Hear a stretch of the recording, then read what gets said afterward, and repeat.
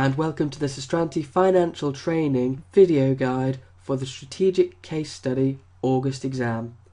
In this video we're going to be looking at some of the key points of the industry pack and using our sample company AEN, Alternative Energy Consulting. Please feel free to go through the industry pack in full in your own time, as we will not be looking at everything in this video, but rather focusing on some of the key points. And we're going to start that by looking at the origins of the company and understanding how the renewable energy sector became a viable business. The origins of the renewable energy sector can be found in the 1973 OPEC oil embargo as a result of American involvement in the Yom Kippur War. Now, we don't need to worry about the history too much, but what it's important to understand is this oil embargo boosted oil prices way up, and this meant that everyone was looking for some alternative to oil power, and it's in this period, at the late 1970s, that we find our first big investment in sources of renewable energy. It's in this sort of time period that we find the foundation of some of the giants of the industry today, such as wind turbine manufacturers General Electric and Vestas, which were both founded in the late 1970s, as well as some of the big renewable energy consultancies such as RES, who were founded in 1982. It was also during this period we had a really key technology breakthrough, and that's the invention of the modern wind turbine, which happened due to the innovation of students and teachers at a Danish school called Tvind. It's worth remembering this, as this is where our modern interpretation of commercial wind power comes from, and this is the very genesis of the AEN business model. However, you're right to point out, AEN weren't founded until 2000. And that's because between this period in the late 1970s and the mid-1990s 2000s, oil prices slumped again, and as we'll go on to see more and more, lower oil prices used to mean less investment in renewable energy. So let's move on and have a little look at why AEN would be founded in 2000 specifically. As we saw previously, historically rising oil prices meant less investment in renewable energy, including wind power. In fact, the Financial Times once said that rising oil prices were kryptonite to the renewable energy industry. However, in the early 2000s, we have rising oil prices again, and that means increased investment. But critically this time, we also have the technology boom. This meant that technology was getting cheaper, and it was easier and easier to innovate sustainably and to invent things like PV solar panels that were economically viable and wind turbines that were similarly useful. In fact, if we look at the graph below, we can see that in that period between 2000 and 2003, the renewable energy market just took off, and that's every single form, including solar, including tidal, and including wind power. In fact, if we take the US market as an example and look at all of the stock market listed renewable energy businesses, all of them were founded between the late 1990s and the mid-2000s, and so we can consider this to be a real boom time for the industry, and AEN's founding to be really quite typical. The next thing we're going to look at is the product life cycle of the products being used in the renewable energy and specifically the wind industry.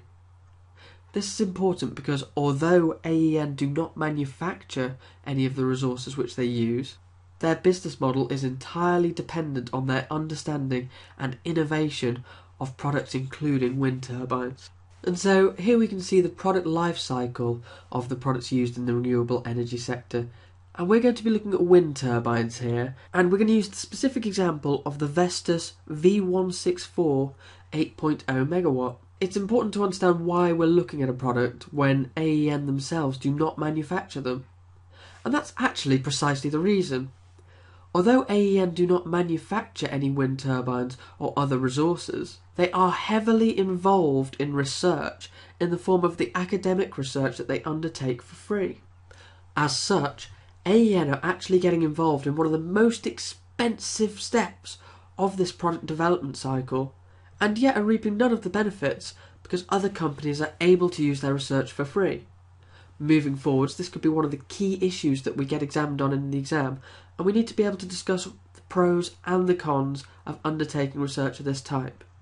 Going back to the Vestas V164, we can understand some of the reasons against getting involved in the product life cycle by looking at how this unit was developed. The research was undertaken by the Vestas company in northern Denmark, and a number of new components were introduced throughout 2013 before the Vestas V164 officially went into production in January 2014. At 220 metres tall and producing 8 megawatts of electricity, the Vestas V164 is currently the world's largest wind turbine, and as we'll see again and again in this analysis, size is everything in the wind industry.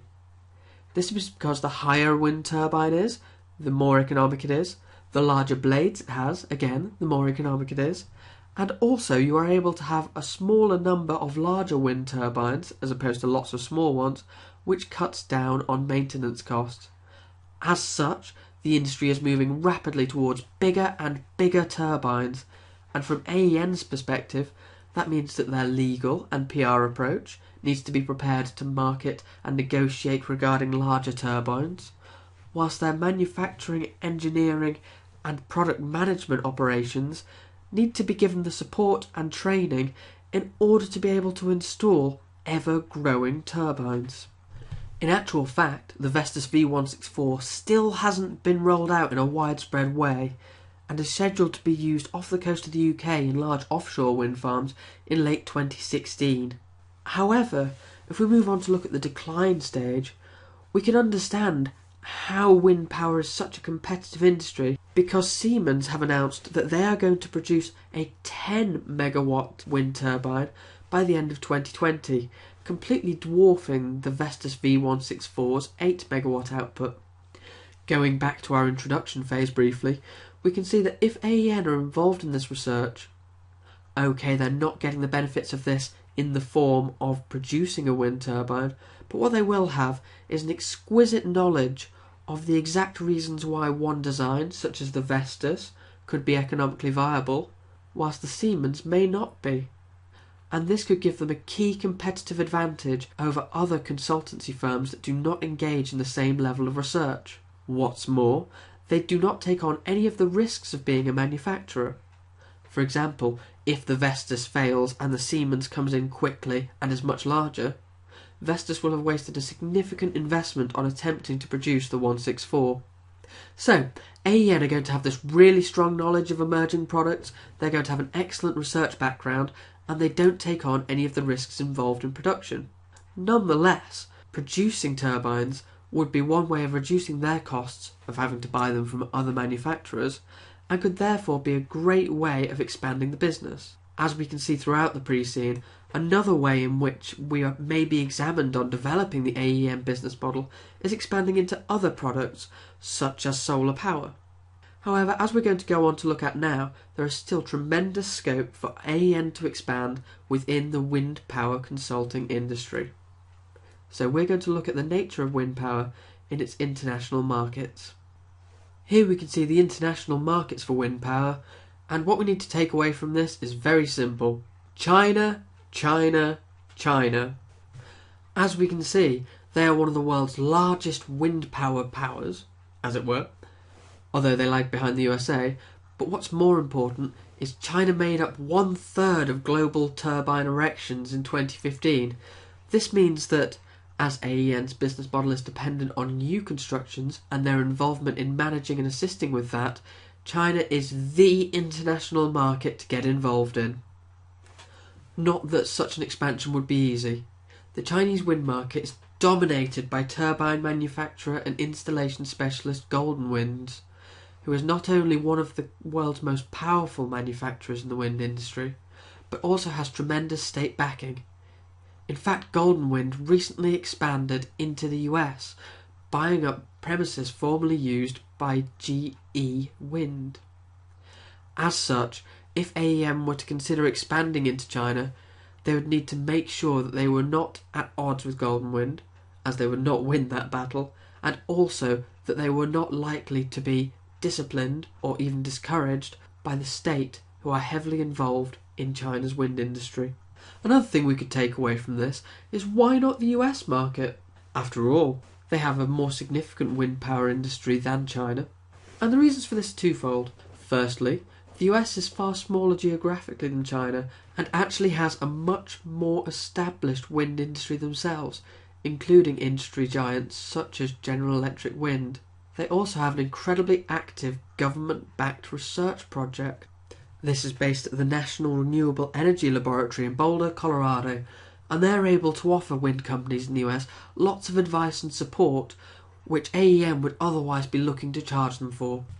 Another thing we can take away from this data is, what about other forms of energy?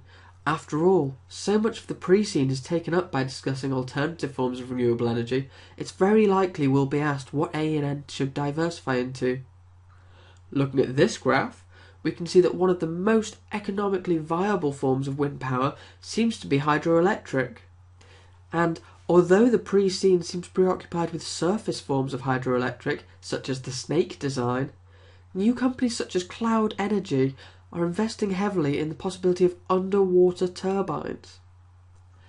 Given that AEN have much experience installing wind turbines, this could be an area for them to invest in, and it also has a number of advantages over conventional wind power. Firstly, underwater turbines are invisible and therefore do not have the same NIMBY protests regarding landscape ruining that wind turbines suffer from. Secondly, the tide is 100% reliable, unlike the wind, and therefore underwater turbines produce energy at a remarkably consistent rate. Finally, the wildlife implications of underwater turbines seem to be less than wind turbines, which are constantly accused of killing large numbers of birds.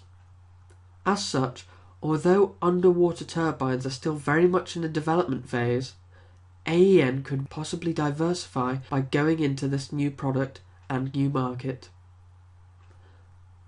What we can be sure of is that AEN's strong research background means that no other company will be better placed to make a decision regarding a new market or new product than AEN. And so what we're now going to look at is how AEN can take that great reputation and demonstrate it to the world. And what that means is we're going to look at trade fairs and expos. Trade fairs and expos are one of the critical ways that wind turbine manufacturers and consultancy companies such as AEN are able to liaise with each other and also able to market themselves. And this is because the wind power consultancy business is a B2B business, that is, they mainly deal directly with other businesses. This is particularly true as companies get larger and larger, as we'll see with another company, RES. And so, as AEN grow, they're going to look more and more towards B2B business, which is why it's strange that the main way they currently liaise with product manufacturers is through an annual conference focusing on the bridge between research and business. This focus on academics is very altruistic and it's very charitable, but it doesn't actually necessarily give AEN the opportunity to network with other companies in quite the same way as an expo would. And to understand why this is the case, we can look at this industry example here, which is the AWEA Wind Power Expo 2016. The Wind Power Expo is run by the American Wind Energy Association, which is a collective industry body. And we can see these mirrored in a number of different geographic locations, such as Renewable UK, which does the same for the wider UK renewable energy field. And what we don't have in the pre-scene is any evidence of AEN being a member of a professional organisation such as this.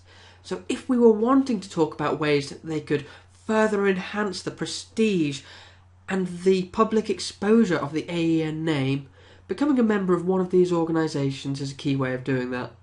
That is, assuming there's actually one in Breezeland. Just to get an idea of how important these expos could be to the AEN business model, there were 4 wind power conferences and expos in the UK just in May 2016 alone, and this is dwarfed by American and Chinese numbers given the far larger markets. What's more, these expos and conferences aren't just a great opportunity to showcase AEN, but also to learn. For example, if we take a look at the title of one of these talks at the Wind Power Expo 2016, we can see that alleviating stakeholder concerns on nearby infrastructure through risk quantification absolutely represents the AEN business model. All of their legal and PR stuff is all to do with alleviating stakeholder concerns and making sure there are no legal ramifications of that. So, attending these sorts of Expos could be a great way of learning. That said, of course, the AEN conference which they host does bring a large number of academics. But this simply is not the same as having a large number of industry professionals. Therefore, one thing we could recommend for AEN is to focus more on liaising in a B2B environment and less on trying to bridge the gap between academics and business in the wind power industry. Unfortunately, however, as is stated here, it's a time-consuming and, let's face it, expensive pursuit to go around the world or even around Friesland attending trade fairs and expos, and that means that the company's directors are going to have to spend less time on research in order to attend, whilst the company are going to have to budget for going to these events. Ultimately then, the only way to tell if increased attendance at expos and conferences would be beneficial for AEN would be to trial it, and we can say that some, if not all of these benefits, can be realised through AEN's hosting of their own annual academic conference. So we briefly touched upon here how alleviating stakeholder concerns is really important to a wind consulting company such as AEN, and what I think is going to be useful in the exam is to have a more deep understanding of the issues affecting that. And what we're going to do is look at that, and we're going to look at it through each of the 3 business avenues of the company, that is PR, legal and engineering.